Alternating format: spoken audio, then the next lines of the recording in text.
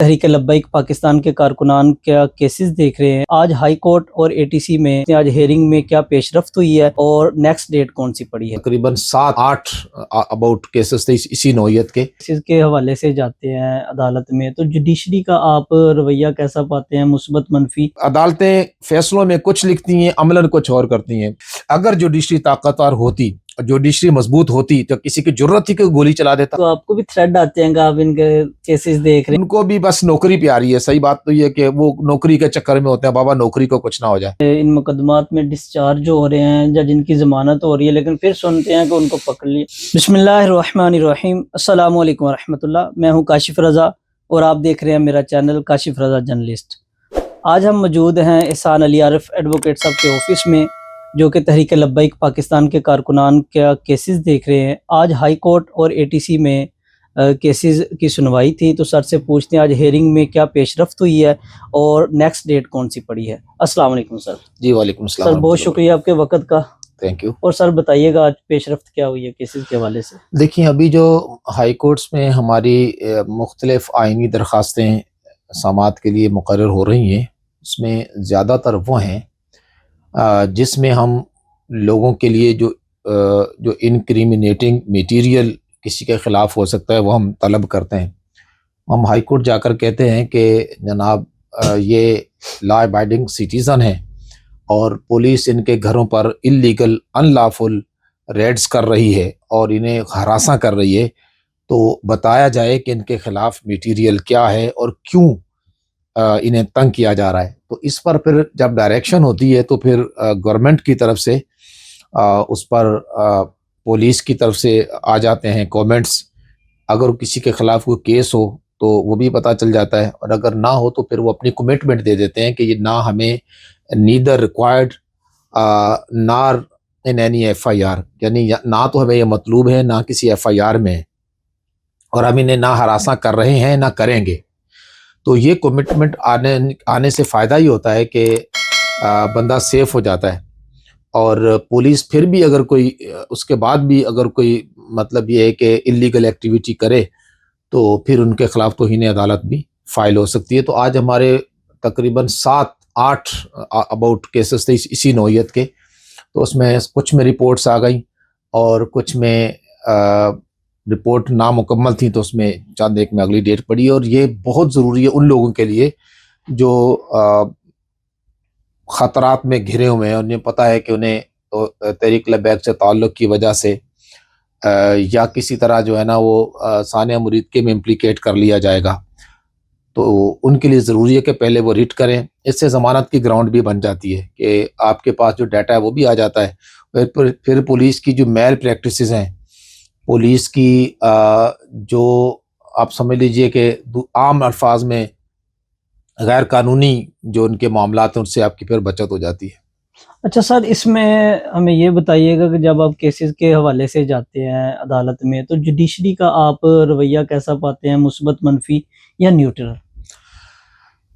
Judiciary کو neutral ہی ہونا چاہیے، اور ایک جوڈیشری اور ججز کی شان یہ ہے کہ وہ کسی طرف جھکاؤ نہ رکھیں، اور یہی ایک قاضی اور فیصلہ کرنے والے شخص کی شان ہے. اور یہی آئین، قانون اور اسلامی تعلیمات بھی یہی درس دیتی ہیں کہ فیصلہ کرنے والا نیوٹرل ہو، کسی طرف اس کا جھکاؤ نہ ہو. لیکن یہ خوبصورت باتیں کہنے کو تو لگتی ہیں، لیکن در حقیقت ایسا بہت ہی کم ہوتا ہے. پالیسیز فالو کی جاتی ہیں، پالیسیز کو پریویل کیا جاتا ہے، اور پالیسی کے مطابق ہی فیصلے کیے جاتے ہیں.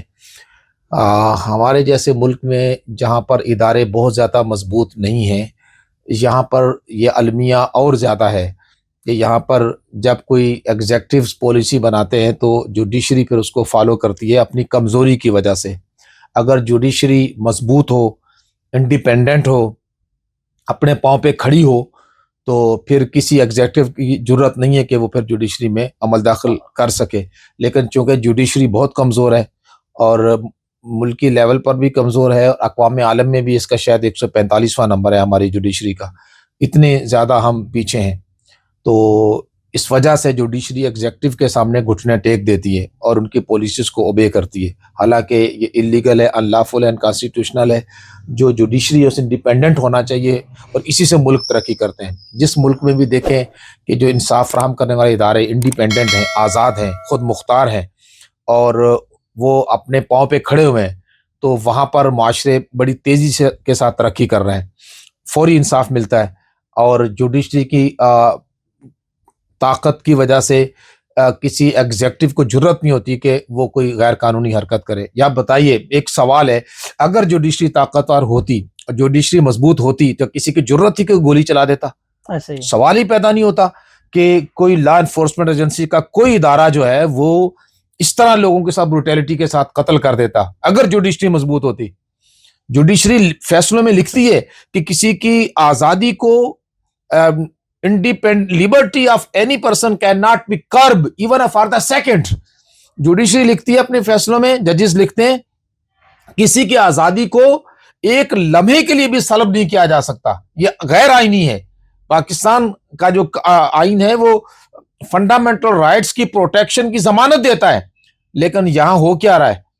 آج ہی میں نے بیل آرگو کی، اس کی انہوں نے جو گرفتاری ڈالی ہوئی تھی وہ 3/12/2025 کی تھی۔ انفیکٹ اسے 1 نومبر 2025 کو گھر سے اٹھایا، 1 مہینہ اور 2 دن انلیگل انلافل کسٹڈی میں تھا، 3 دسمبر کو جا کے اس کی گرفتاری ڈالی۔ تو قانون کے مطابق تو آپ نہیں رکھ سکتے۔ تو یہ المیہ ہے، المیہ، اس پہ تو روں دل کو کہ پیٹوں جگر کو میں، یا انسان کیا کرے۔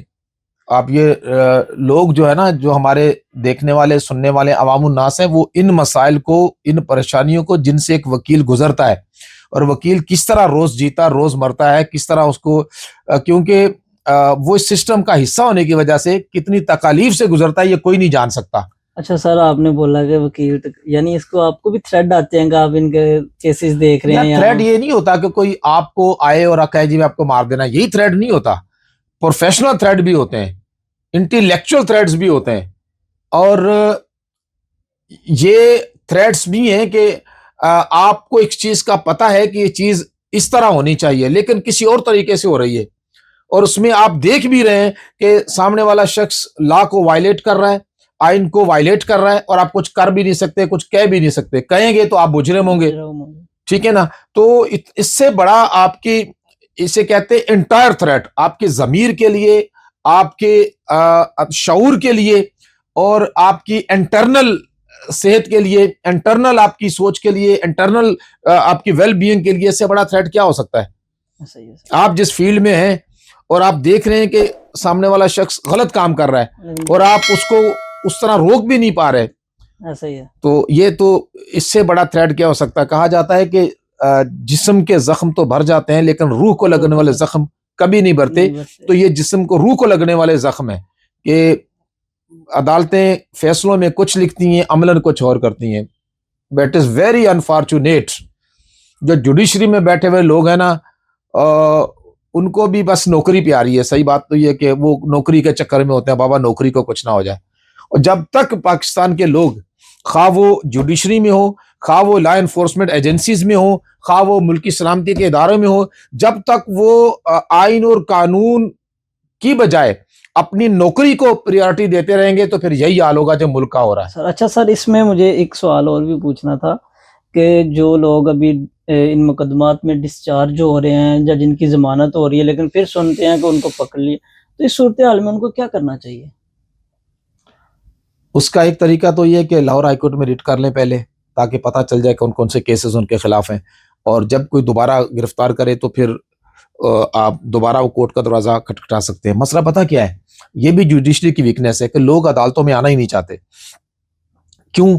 ایک تو عدالتوں میں وقت پہ فیصلے نہیں ہوتے، دوسرا عدالتوں میں آنے پہ خرچ بھی ہوتا ہے، تو لوگ تیسرا رستہ اختیار کرتے ہیں۔ ابھی آپ سے گفتگو سے پہلے مجھے رستے میں کال آئی کہ بندہ آیا ہے، وہ ڈی جی خان سے غالباً، تو غریب آدمی ہے، مذہبی آدمی ہے، مالی طور پر ساؤنڈ نہیں ہے، اور اس کے والد نے یہ بچانے کے لیے کہ یار میرا بچہ لمبے چکر میں نہ پڑے، اپنی بھینس اس کے پاس ہوگی گاؤں میں، بھینس اس نے بیچ کے تو پولیس والوں کے پیسے دیے 1,30,000 روپے۔ اب وہ اس کے باوجود اس کو وہاں سے یہاں لے آئے, یہاں پرچے میں ڈال دیا ہے اور اس کی شناخت پیڈ بھیج دیا. شناخت پیڈ کے بعد اب وہ ریمانڈ پہ آیا. اب وہ آئی او صاحب کہہ رہے ہیں کہ 1 لاکھ روپے اور دیں تو میں نے سی کیٹیگری میں کر دوں گا, یعنی ڈنڈا ڈال دوں گا, آگے کچھ نہیں لکھوں گا. تو اب یہ بتائیں ظلم نہیں ہے؟ اور لوگ, مزے کی بات یہ ہے کہ لوگوں پہ بھی حیرت ہے کہ لاکھوں روپے پولیس کو دے دیتے ہیں اور جہاں پر خرچ کرنے ہوتے ہیں, اگر یہی وہ انلیگل انلافل ڈیمانڈ پوری نہ کرتے, اچھے وکیل کو کرتے, عدالتوں میں مقدمہ لڑتے, تو پولیس کی دوڑیں لگ چکی ہوتی, اتنی بھی حدی نہیں لگی ہوئی. لیکن ہم جب عدالتوں میں آتے نہیں ہیں اور عدالتوں کا دروازہ کھٹکھٹاتے نہیں ہیں اور اس پر ہم خرچ نہیں کرتے جو جائز ہے, ناجائز وے اختیار کرتے ہیں, تو پھر اللہ کی رحمت سے بھی محروم ہوتے ہیں اور ہمارے فائدہ بھی کچھ حاصل نہیں ہوتا. ایسی کئی مثالیں میں آپ کو دے سکتا ہوں. لوگوں نے پیسے خرچ کیے پولیس والوں پر, اور بعض لوگ تو پولیس کو پیسے دینا بھی ثواب سمجھتے ہیں, پتہ نہیں. سب سے پہلے پوچھیں گے بھائی آپ کو کتنے دینے, بھائی وہ مانگ بھی نہ رہا ہو تو اس کے پیچھے پڑ جاتے ہیں. یعنی لوگوں کو یہ تو پتا ہے کہ پولیس والے پیسے ضرور لیتے ہیں, لیکن جب لوگوں کو یہ نہیں پتا کہ وکلا پیسے لیتے, جب وکیل کوئی اپنی جائز قانونی ان سے اپنے خرچے کی اور مناسب سی فیس کا مطالبہ کرے تو وہاں ان کو برا لگتا ہے, کہتے ہیں وکیل تو پیسے مانگتے ہیں. تو بھائی وکیل تنخواہ تھوڑی لیتے ہیں, وکیل کے گھر میں آپ دانے تھوڑی ڈالتے ہیں, وکیل کے گھر میں آپ چاول و گندم تھوڑی نہ بیچتے ہیں, وکیل کی گاڑی پیٹرول پہ چلتی ہے, پانی پہ تھوڑی نہ چلتی ہے. یعنی ایک جائز معقول سی آپ سے وہ خرچہ بھی مانگے تو آپ کو اس پہ تو برا لگتا ہے, پولیس والوں کو جا کے آپ لاکھوں دے دیتے ہیں. لیکن سر اس میں بھی یہی ہے نا کہ ہم نے خود ہی ان چیزوں کی ان کو عادت ڈالی ہے, خود ہی پیسے جتنے مانگتے ہیں. اب کسی بھی ادارے میں چلے جائیں تو ہمیں پتہ ہوتا ہے کہ انہیں پیسے دیں گے تو کام ہمارا جلدی ہو جائے گا. تو ہمیں ہمارے عوام کے لیے بھی کوئی پیغام ہونا چاہیے کہ ہمیں اس طرف آنا چاہیے یا قانونی بھی راستہ اختیار کرنا چاہیے. دیکھیں جی, عوام کے لیے اختیار یہ ہے, میرا پیغام یہ ہے کہ وہ قانونی راہ اختیار کریں اور صبر سے کام لیں, جلد بازی نہ کریں. جلد بازی سے ہمیشہ نقصان ہوتا ہے. اب یہ ضمانتوں کے معاملے میں جن لوگوں نے جلد بازی کی ہے ان کی ضمانتیں خارج ہوئی ہیں, تھوڑا سا ویٹ کرتے ہیں. ہم کہہ رہے تھے صبر کر لیں, صبر کر کے وہ کرتے تو ان کی ضمانتیں ہو جائیں. راؤنڈ بنانے دیں, وکیل کو بھی سمجھنے کا پڑھنے کا ٹائم دیں, وکیل بھی تیاری کر کے ساتھ پیش ہو, وکیل کے ساتھ بیٹھ کے اپنے کیس کی تیاری کریں. آپ کا کیس ہے, وکیل کیس لڑتا ہے, لڑاتے تو کلائنٹ ہے. مطلب ایسے لوگ ہیں وہ فون پر ہی بس کہتے ہیں جی ہوج کر دیں. او بھائی بیٹھو, اپنے کیس ڈسکس کرو, اپنے کیس کو بتاؤ. یہاں بدقسمتی سے لوگوں کو پتہ بھی نہیں, وکیل خود ہی وکالت نامہ سائن کراتے ہیں, ضمانتیں خارج کروا دیتے ہیں. ان کو پوچھے گئے, ان کو یہ بھی نہیں پتا ہوتا ان کا وکیل کون سا. میرے پاس ابھی ایسے کیسز آئے ہیں کہ ان کی ضمانتیں خارج ہیں, کس نے کرائی ہیں جی پتہ نہیں, کوئی وکالت نامہ لے کے. بھائی تو آپ اتنے بھولے بادشاہ کیوں ہیں؟ آپ پہلے بات کریں آپ کا وکیل کون سا ہے, اس کے اپنے کیس کا میرٹ اسے ڈسکس کریں. آپ کا بندہ اس وقت کہاں تھا, وہ اس کی نوعیت کیا تھی, اس کی سی ڈی آر کیا بنتی ہے, اس کی ویڈیو آڈیو کیا ہے, ڈسکس کریں. اپنے کیس کو کیس سمجھیں. میرے بھائی آپ سمجھتے ہیں کہ یہ ہمارے لوگ جو ہے نا وہ خود جو ہے نا وہ آ جائیں گے. کچھ لت بھی پڑ گئی نا, مطلب عادت بھی, مرنے کے بعد بھی میری آنکھیں کھلی رہیں, عادت جو پڑ گئی تھی تیرے انتظار کی. تو اب یہ کچھ لوگوں کو عادت بھی پڑ گئی ہے کہ جناب کیس ہوں گے, پھر کوئی معاہدہ شاہدہ ہو جائے گا اور پھر ہم گھر چلے جائیں گے, معاملات ختم ہو جائیں گے. تو یہ ابھی ہر دفعہ تو ایسا نہیں ہوتا نا, شیر آیا کبھی سچ میں بھی شیر آ جاتا ہے. سر بہت شکریہ آپ کا, آپ نے سن لیا. ان سب سے جو اہم بات اس میں یہ تھی کہ جب آپ کسی بھی مقدمے میں ڈسچارج ہوتے ہیں یا آپ کی ضمانت ہوتی ہے تو آپ نے کرنا کیا ہے. اسی طرح کی مزید معلومات کے لیے میرے چینل کو سبسکرائب بھی کر لیں اور ہمیشہ دیکھتے رہیں. اللہ حافظ.